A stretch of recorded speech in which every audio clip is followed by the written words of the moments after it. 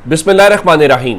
लाखों करोड़ों दुरूदो सलाम मोहम्मद मुस्तफ़ा सल्लल्लाहु अलैहि वसल्लम और आले मोहम्मद पर। मैं हूं उमर दराज गोंदल। रूस जब ये कह रहा है कि बदला हर सूरत लिया जाएगा, तो बदला क्या लिया जाएगा, कैसे लिया जाएगा, दुनिया के सामने सबसे बड़ा सवाल ये है।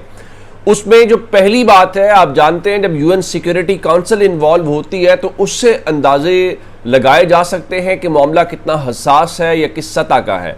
इस बारे में जो रूस के नुमाइंदे हैं अक़वाम मुत्तहिदा के अंदर, उन्होंने इस बारे में बाकायदा तस्दीक की है कि यूएन सिक्योरिटी काउंसिल का आज एक इजलास हो रहा है और ये इजलास जो है इनफॉर्मल इजलास होगा। आप जानते हैं कि यूएन सिक्योरिटी काउंसिल के इजलास के हवाले से बहुत सारे मोड्स हैं। फॉर्मल इजलास होता है, इनफॉर्मल इजलास होता है, क्लोज डोर इजलास होते हैं। वो चाहें तो उसके ऊपर स्टेटमेंट जारी करें, चाहें तो बगैर किसी वजह के भी उसको ख़त्म किया जा सकता है। तो आज वो इजलास होना है और उस इजलास के हवाले से ये लिखा है कि जो उसकी अंडरस्टैंडिंग है और ये जो यूक्रेन का क्राइसिस है, उसकी जो आइडियोलॉजिकल रूट कॉज है, उसको कैसे ख़त्म किया जा सकता है। और जाहिर है उसके अंदर ये मैटर सारे के सारे आएंगे। पहली बात तो हो गई ये।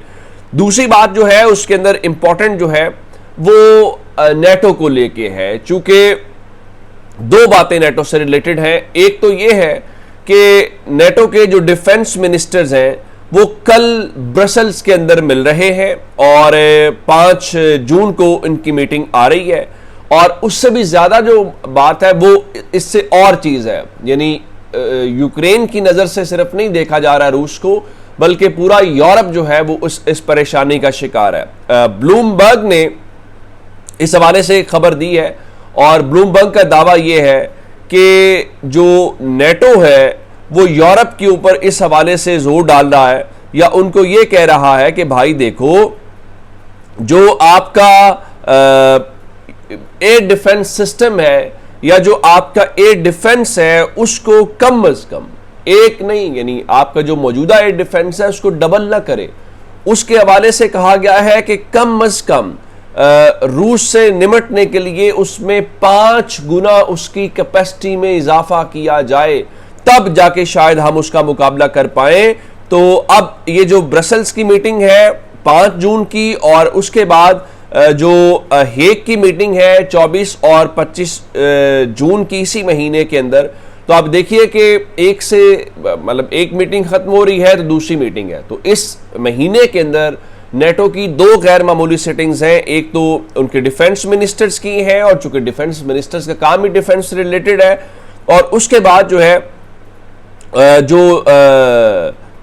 वो कहते हैं कि इस हवाले से वहां पे होगा। और ये जो आज इनिशियल मीटिंग हो रही है, मेरी इतलात के मुताबिक, जो मैंने जब इसके ऊपर चीज़ें निकालने की कोशिश की तो पता ये चला है कि जो उस हवाले से इवन नेटो की जो समिट है हेग वाली, उसमें इनका जो डिफेंस के हवाले से बताया गया है उसमें इजाफा भी उस एजेंडे का भी हिस्सा है। अब अगर यूरोप जो है वो 5 गुना ज्यादा अपने एयर डिफेंस सिस्टम के लिए जाता है तो उसकी कॉस्ट का भी अंदाजा लगाया जा सकता है और उसके अलावा दूसरा भी अंदाजा लगाया जा सकता है कि चीजों को किस तरह से हो रहा है। और इसके बीच में एक चीज आपने एक और भी याद रखनी है, और वो चूंकि यूके अब उसका पार्ट नहीं है यूरोपीय यूनियन का, लेकिन जाहिर है कि वो नेटो का पार्ट तो है। तो उस बारे में उन्होंने ये कहा है कि जो इनके सेक्रेटरी ऑफ डिफेंस है या जिसको हम डिफेंस मिनिस्टर कहते हैं यूके के, उन्होंने ये कहा है कि जो यूके है वो 350 मिलियन पाउंड या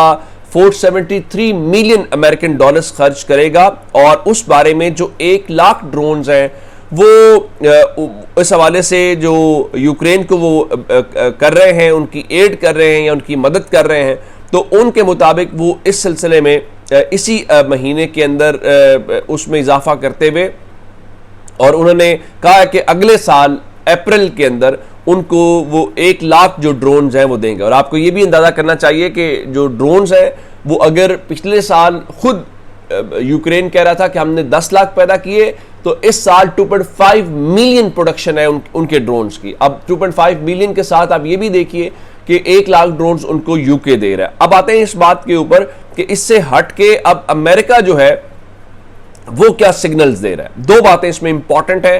एक जिस तरह से आपने देखा कि नेटो के डिफेंस मिनिस्टर्स मिल रहे हैं, फिर नेटो के आगे दी हेग वाली मीटिंग है।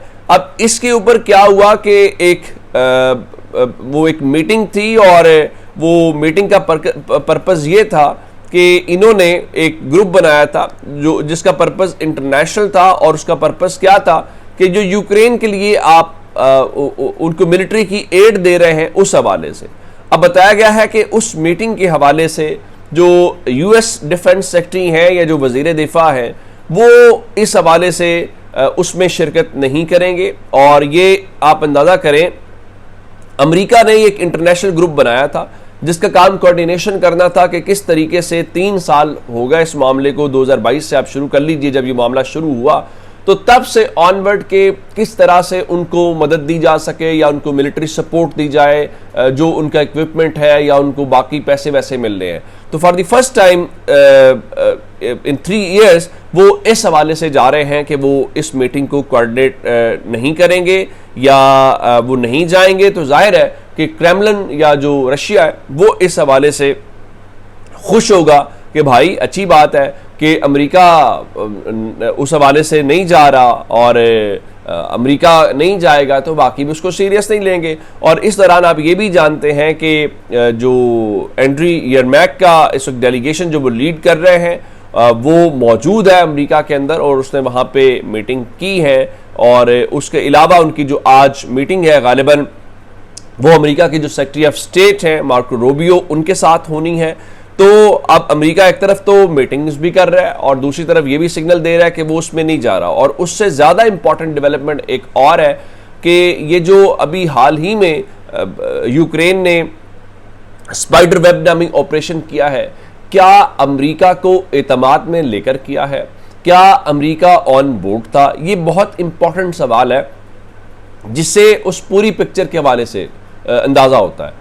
ये यूक्रेन खुद ये दावा करता है कि ये उसका अपना ऑपरेशन था, उसने ना किसी से मदद ली है और ये उसकी अपनी एक लंबी चौड़ी प्लानिंग थी। अब इस बारे में जो उनकी प्रेस सेक्रेटरी हैं कैरोलाइन लेविट, और उन्होंने उनसे ये सवाल पूछा एक प्रेस ब्रीफिंग के दौरान, क्या ट्रंप को इस बारे में आगाह किया गया था या was he informed, was he aware of this move?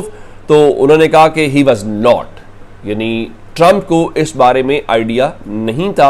अब ये एक और डेवलपमेंट इस हवाले से भी है कि इसको अमेरिका क्या कह रहा है। क्या अमेरिका इस नज़र से देखा जाए कि अमेरिका इसको सपोर्ट करता है या इसको सपोर्ट नहीं करता, या फिर उसको अमेरिका इस नज़र से देख रहा है कि नहीं उसको चूँकि वो नहीं कर रहे तो इस हवाले से वो उसको देख रहे हैं। अच्छा, इसमें एक चीज़ मैं आपके सामने रखना चाहता हूँ और वो कल मैंने आपको खबर दी थी और वो ब्रिज के हवाले से थी कि जो क्राइमिया का ब्रिज है उसके ऊपर कल अटैक किया उन्होंने यूक्रेन की जो SBU है। तो फिर उन्होंने बताया भी कि अब ये जो, और उससे पहले रशिया जो है वो ये कह रहा था कि उस ब्रिज को बंद किया गया है, उसको बंद क्यों किया गया, उसकी वजूहात क्या है वो सब जानते हैं। तो इस सिलसिले में अब जो रशियन मीडिया है खासकर RT वाले जो हैं वो कुछ ऐसी तस्वीर रात की उन्होंने लगाई जिसमें खासकर उन्होंने कुछ अकाउंट से रीट्वीट्स किए जिसमें बताने की कोशिश की रात की रोशनी में कि जो ब्रिज है वो बहुत खूबसूरत नज़र आ रहा है कोइंसिडेंटली। तो उनके बताने का मकसद ये था कि ये जो इन्होंने अटैक किया है शायद उस अटैक से कोई फ़र्क नहीं पड़ा, लेकिन ज़ाहिर है वो उसका जो इम्पैक्ट है वो तो दुनिया जानती है। तो ये अब तक की डेवलपमेंट्स है, अपना बहुत सारा ख्याल रखिएगा। खुदा हाफिज़।